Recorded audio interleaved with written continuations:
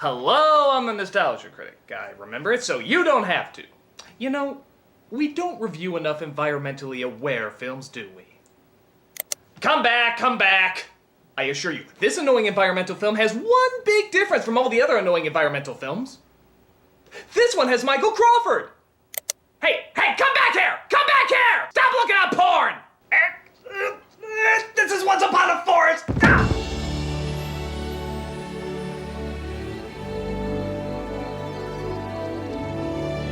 Yep, I guess the early 90s really had a freak out about destroying the environment. Not that it isn't worth saving, but watching this shit makes me want to burn down 5 unprotected rainforests and smoke 3 endangered species just to even it out. And you might as well add this movie to the list. It's stupid, it's predictable, it has the helium balloon Michael Crawford in it. It's a delight. So, let's sum up this movie's message by applying the appropriate visuals. This is Once Upon a Forest. So what kind of story would Once Upon a Forest be if it didn't start out Once Upon a Forest? Abigail! Ah! We're in Secret of Nim 2! Quick, hide all your Eric idols! There you are. Yes, Daddy. See you later. Love you. Me too, Abigail. I love me too, yes. So this is Abigail. She's off to school with her friends. A hedgehog named Russell, a mole named Edgar, and a badger named Michelle, played by a young Elizabeth Ross from Mad Men. I am so high. You'll need to be to get through this. If Uncle Cornelius asks, tell him it isn't my fault you're late. I shouldn't really say it's off to school, though, as much as for specifically chosen for whatever reason kids sitting around listening to that high-pitched fop from Hello Dolly. Don't take another step. This is Cornelius. Cornelius. Close enough. He's played, as I said before, by Broadway sensation Michael Crawford. Now, some consider him a gifted musical genius. Others say he's pretentiously over the top. But one thing's for sure, though. He's a comedian's pot of gold. Prepare to be amazed. Well, what do you have to say? You're lucky Gerard Butler sings worse than you? No.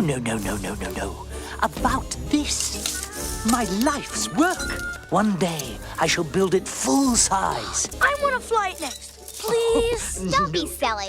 You'll crash it. Correct, Abigail. You know, there's only so much whimsy that you can put into every word you say. I mean, does he talk this way with everything else he does? Oh no, I'm out of toilet paper. I best go to the store, for I have a log that I really need to drop. Ooh. It's far too delicate for furlings. Oh yeah, all the children in this film, by the way, are called furlings. Isn't that weird? Furlings. Furlings.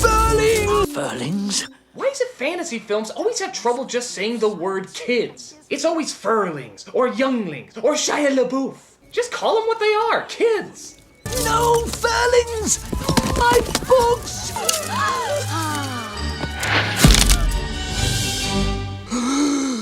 Great honk! What? Great honk! Great honk? Great honk! Great Hulk? Great honk! Great hawk? Great honk! Great hog? Great honk! Stop making up words. Look what you've done! Damn you! You little flying Pandora! You little demon! Now you cannot ever be free!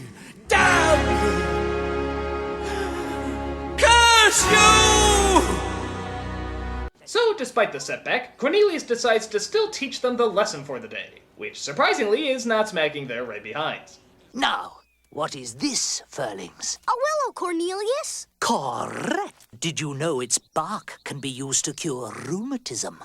What's rheumatism? Rheumatism. Yes, what is rheumatism? Is it when ruffles have ridges? I really like to know.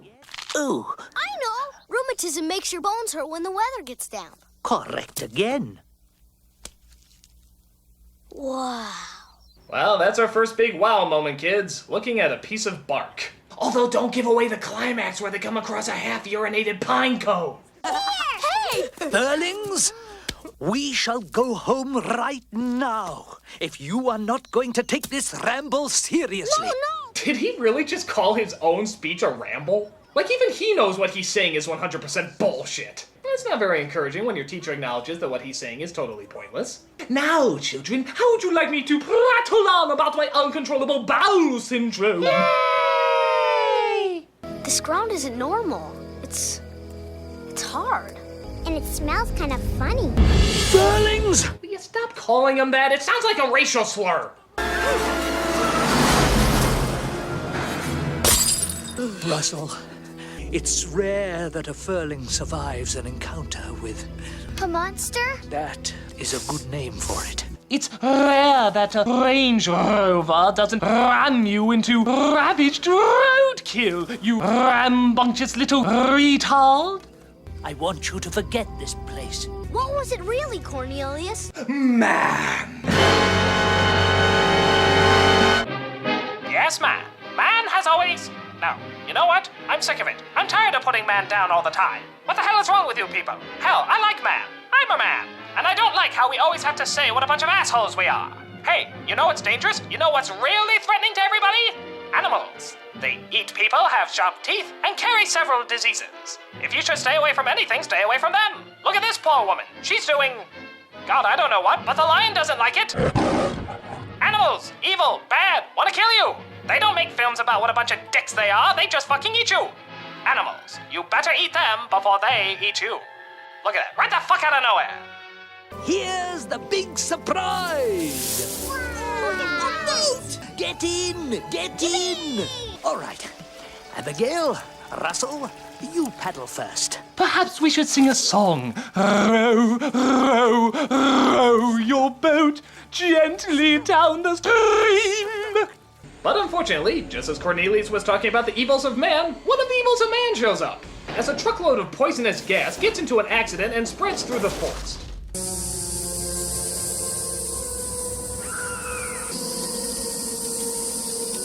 Oh please, mother of God, tell me that green gas has the singing voice of Tim Curry. Green with envy, crawling from my ass.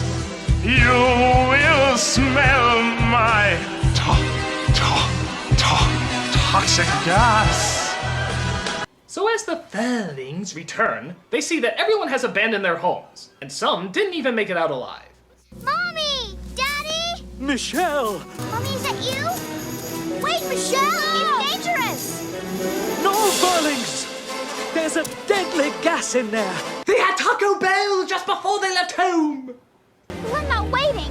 Cover your mouth! So Abigail finds that Michelle's parents didn't survive. Oh no, that is so sad. We should do a montage of all the times we see them to show just what impact they've left on us.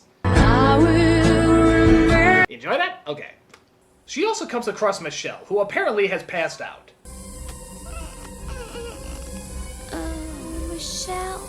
Come on, we all know it's not the first time an Elizabeth Ross character has breathed in something hazardous. I am so high. I wish I was. But Abigail gets her out and they try to figure out how to save her. In the meantime, Cornelius tells the Furlings exactly what did this. A long time ago, I lived far away in a place called Willowbrook. We heard the sound. Mother and Father told us to run. We got out, but Mother and Father, they didn't. Boy, this film is all about the parenting badger deaths, isn't it? If you're a badger and you help make life, your ass is gas. There was nothing I could do for my mother or father. Yeah, from what I understand, most people named Cornelius have bad blood against man. Beware the beast man, for he is the devil's pawn. But there is something you can do for Michelle. I need special plants. But everything in our meadow's dead. Then you must find another. Another meadow? There's no choice. You only have 2 days' time. You come with us, right? I wish I could, but I dare not leave her side. Wouldn't it make more sense if you went looking for the plants and the children stayed with Michelle? Obviously, this is incredibly dangerous, so why risk losing the lives of 4 children instead of 1? I mean, seriously, why don't you, a grown adult, go on this mission instead of sacrificing these little children? Up. Rheumatism. Oh, yeah. Rheumatism. Hee. We'll be by ourselves? No, you'll have each other. Which pretty much means you'll be by yourself. You'll want an early start. Now get some sleep. And if you dream of better times for Michelle and Applewood. Boy, he's even telling them what to dream. This guy's a bit of a dickhole. I'm sorry, it's just, he didn't even ask them to do this or start out by saying, I'll go, and then maybe let one of them volunteer instead. No, he just forced them to endanger their lives. It's kind of a jerk-off. Up, need we forget? Rheumatism. Rheumatism, yes. And of course, it wouldn't be a Michael Crawford, well, anything, unless he sung. You've barely made a start, just one beat of my heart. And here's where people usually split on Crawford. You either love his singing or you're really annoyed by it. But I think we can all agree that it goes all over the place, starting from a high-pitched soothingness. No matter how I mark the hours light and dark, and then in a millisecond changing to a shaky low tone. Leave dark dreams behind. Whether I sing like this or if I sing like this, either way I still will have a fan base. That, and to me, his singing always sounds like a 2-minute long sigh. But it's still early morning for you. Hey, Mr. Crawford, they're out of Yoo-hoo at the grocery store.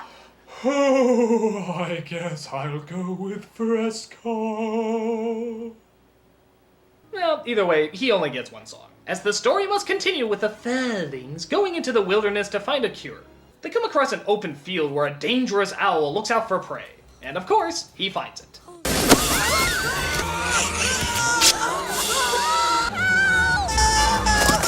Well, one down, 2 more to go. Soon all the kids will be dead thanks to Cornelius's cowardliness. But hey, that's rheumatism. But it's okay. Abigail uses a magnifying glass to make her teeth look bigger, and that actually scares the owl.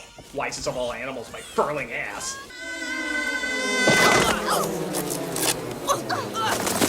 After they escape, they try to get some shut-eye for the night so they'll have their strength in the morning. Suddenly, they hear something in the distance.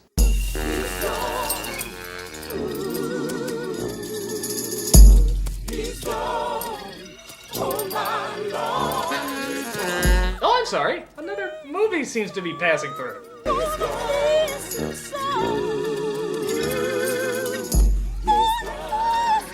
going to the harbor beyond the White Towers.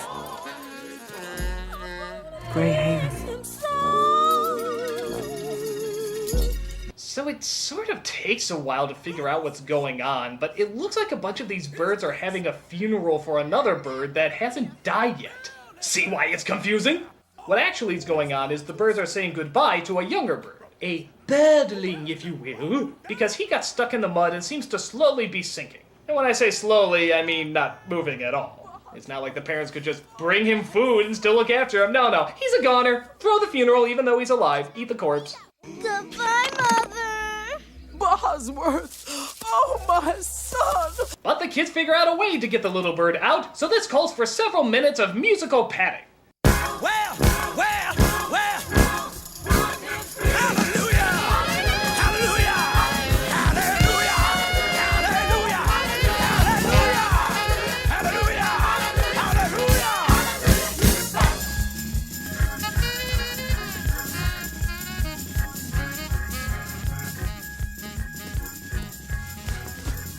That was pointless.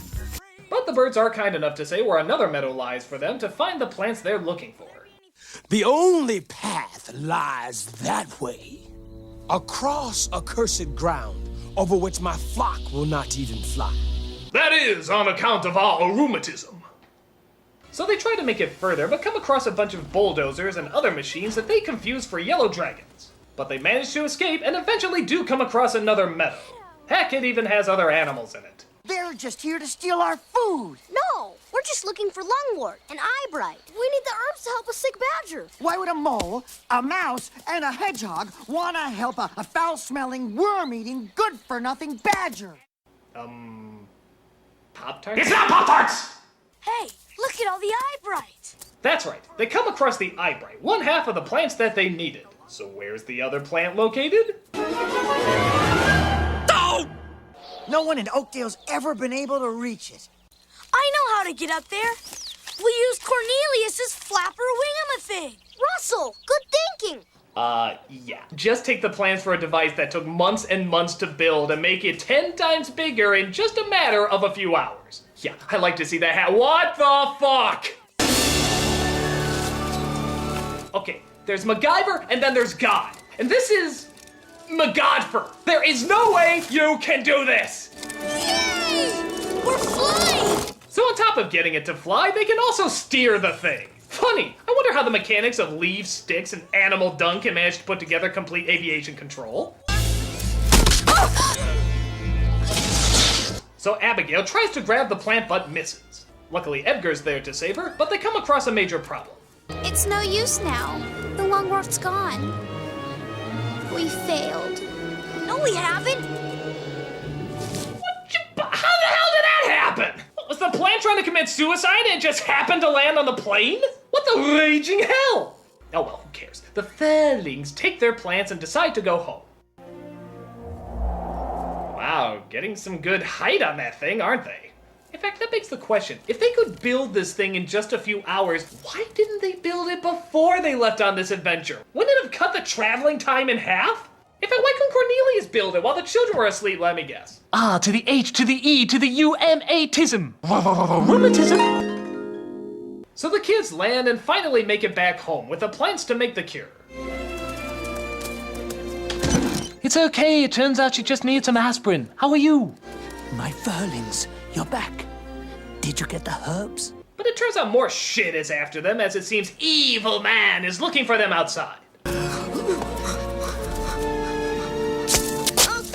After exposing some mole frontal nudity, we see that Edgar gets caught, as Man will no doubt sacrifice him to their pollution god. There you go, little fella. What's this? Man? Reasonable? Okay, clearly you have no idea how early 90s animated environmental films work. Rule number 1, man is the devil, anything not man is good, and your movie must bomb. You got 2 of those down, but number 1 is still a biggie. So after wrapping her in a slim suit, they try giving her the herbs and wait until morning to see if it works. But sadly, it doesn't look like she's waking up.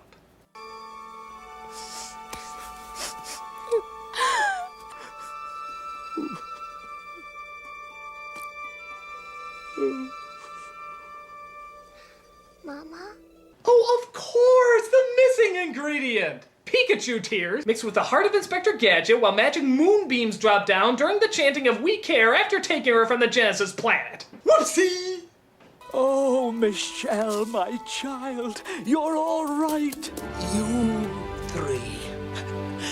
You have changed so much these past few days. You're no longer my Furlings. You are Furnagers. And wouldn't you know it, all the family members come back at the exact same time to collect their children. Oh, what a happy day. Uncle Cornelius! All the mommies and daddies are coming back. Not all, my dear.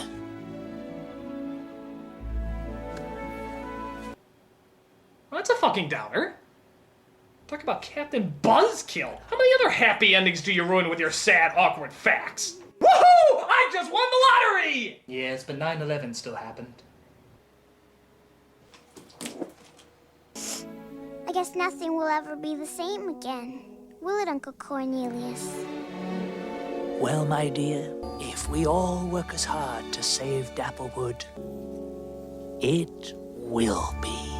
Does that mean my mom and dad will come back to life? No, dear, they're dead and buried. Well, not yet buried. Hey, I just figured out a fun activity for you to do tomorrow. So that was Once Upon a Forest, or as the 90s likes to call it, Ferngully 18. This isn't the worst of those environmental films, as it does try to take a few more chances, like keeping the parents dead and not making man entirely evil. But it doesn't do those elements especially well. The characters are pretty bland, the animation's okay, but nothing film-worthy. And it's just the same message that every other environmental film in the 90s had. Well, not horrible, it's pretty weak. It just didn't feel like it brought anything that any other film hasn't brought before.